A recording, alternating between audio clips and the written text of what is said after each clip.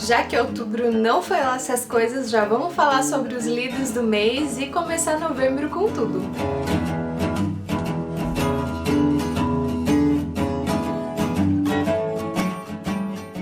Oi gente, eu sou a Aline e no vídeo de hoje eu vou compartilhar com vocês as minhas leituras de outubro. O primeiro livro que eu terminei de ler no mês foi aqui no Kindle e foi Corte de Espinhos e Rosas, da Sarah J. Maas. Esse é o primeiro volume da série que também chama Corte de Espinhos e Rosas e eu amei essa leitura. Eu já fiz post no blog sobre o livro, já falei bastante também sobre ele nas redes sociais. Basicamente essa é uma releitura de A Bela e a Fera. Eu nunca li a história na íntegra ou as versões mais populares de A Bela e a Fera, mas eu conheço um pouquinho da história e consegui fazer algumas referências, principalmente porque é um dos meus núcleos favoritos de Once Upon a Time, então eu consegui identificar algumas cenas bem características da história, né, que a Sarah reproduziu aqui, mas tem um vídeo dela no canal da editora que ela conta um pouquinho também quais foram as outras inspirações que ela usou para escrever a história. Eu gostei porque é um livro jovem,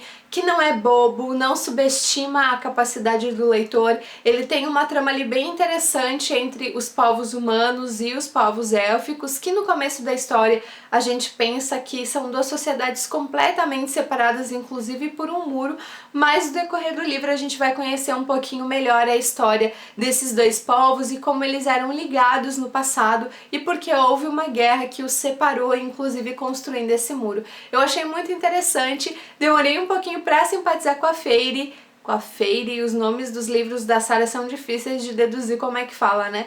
Mas adorei ela como protagonista, adorei o Tywin, que é o personagem masculino principal, o Lucien, que é um dos secundários mais importantes, e do Rhys também. A vilã dessa história é muito bacana, porque ela impõe um medo, ela tem um domínio ali sobre as pessoas que devem respeito a ela, então é bem interessante porque a trama também tem bastante política, bastante jogo de poder, então o livro é bem completo. Eu achei bem bacana esse primeiro volume. Ele de certa forma tem uma história fechada, mas eu já tô super curiosa pelo volume 2 que já foi lançado e o próximo livro, o terceiro, só sai em 2017, então eu acho que vou esperar um pouquinho para pegar A Corte de Névoa e Fúria.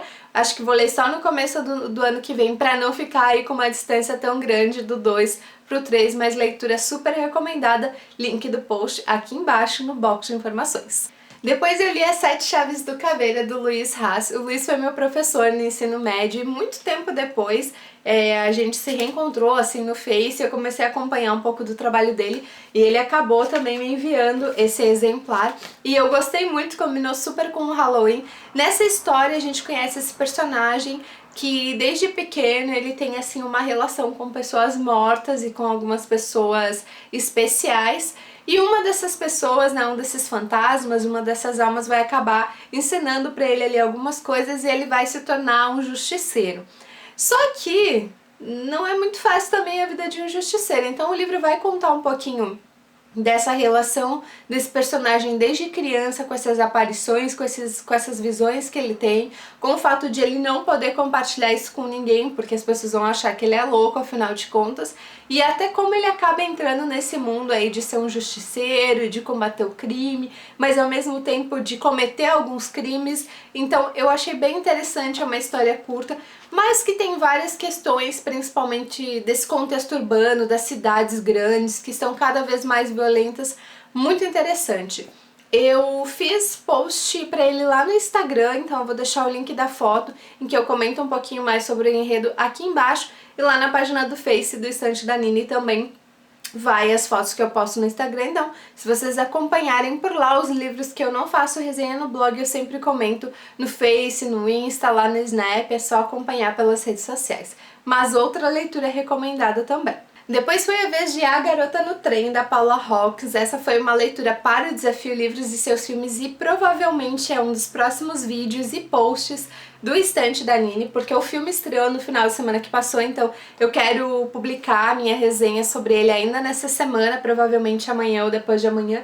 E é uma trama, gente, que eu não gostei pela ideia que o livro é vendido, que é uma trama de mistério, porque eu deduzi mais ou menos na metade da história qual era o personagem responsável por tudo. Mas eu gostei do livro por outros motivos. Eu gostei do fato de a autora ter trazido personagens femininas que não são perfeitas, não são personagens que a gente se identifica de cara, trazer uma protagonista alcoólatra que o leitor não confia nela, ela não confia nela, a polícia não confia nela e nenhum personagem confia nela. Então o livro inteiro tem esse clima de talvez essa personagem não seja confiável, talvez ela não saiba direito o que ela tá falando, o que ela viu. Então eu gostei muito de como a autora trabalhou com essa ideia e expôs como é a vida de uma pessoa com problemas com a bebida. Isso não é assim o tema principal do livro, mas é muito presente porque a protagonista, a Rachel, é alcoólatra. Gostei de como ela constrói a história, dividindo a narrativa entre as três personagens com a Rachel predominando, mas que a gente consegue ter uma visão das outras mulheres e como essas ligações, como essas vidas estão interligadas, enfim. O livro tem vários pontos positivos, não tanto por essa ideia do mistério, mas eu acho que ele tem um suspense interessante, ele tem personagens que são muito reais e eu vou falar um pouquinho mais sobre ele no vídeo específico, né? Não vou comentar tudo aqui nas leituras do mês, mas assim, é uma leitura que eu acho que vale a pena com ressalvas.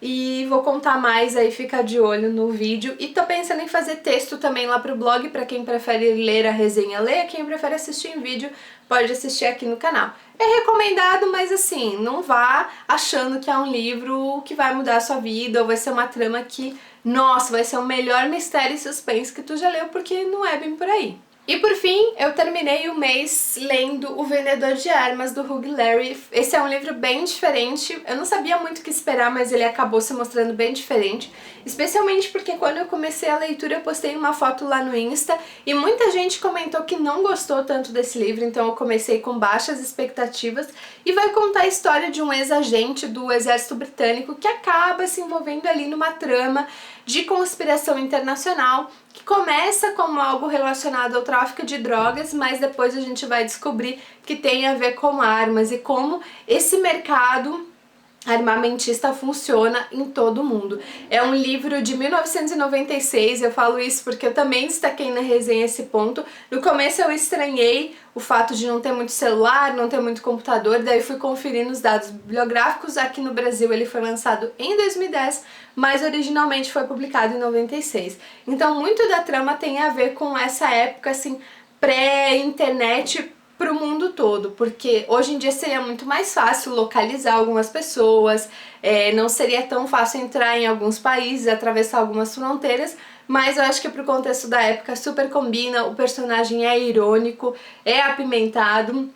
Aqui eles falam que é o best-seller do aço da série House, então a primeira coisa que a gente pensa é, esse personagem é um pouco do House, mas na verdade ele é mais antigo que o House, então provavelmente o Hugh Laurie tenha usado algumas características do seu protagonista para compor o House, mas dá pra fazer essa relação entre os dois personagens pela personalidade deles. Tem bastante palavrão, é um livro assim bem do estilo dos autores britânicos, o que eu gosto muito, tenho percebido cada vez mais como eu gosto dos autores brasileiros e dos autores britânicos, são os meus favoritos no geral, assim. E também já falei sobre ele no Estante da Aline, então se tu quiser saber mais sobre o livro, se tu vai querer ler, se tu não vai querer ler, dá uma conferida no link do post aqui embaixo. Bom, gente, então essas foram as minhas 4 leituras do mês de outubro. Não foi tão bom, mas eu acho que novembro pode ser um pouquinho melhor, afinal de contas o mês começou e eu já finalizei uma leitura que não deu tempo de terminar em outubro, então isso sempre é um bom sinal. Me conta aí embaixo o que tu leu no mês passado, o que tu pretende ler esse mês, tu já fez aí uma meta, ou se no final do ano tu deixa isso mais livre, e também me conta se tu teve algum livro favorito. O meu favorito de outubro foi Corte de Espinhos e Rosas, da Sarah J. Maas. É isso, e a gente se vê no próximo vídeo. Beijos!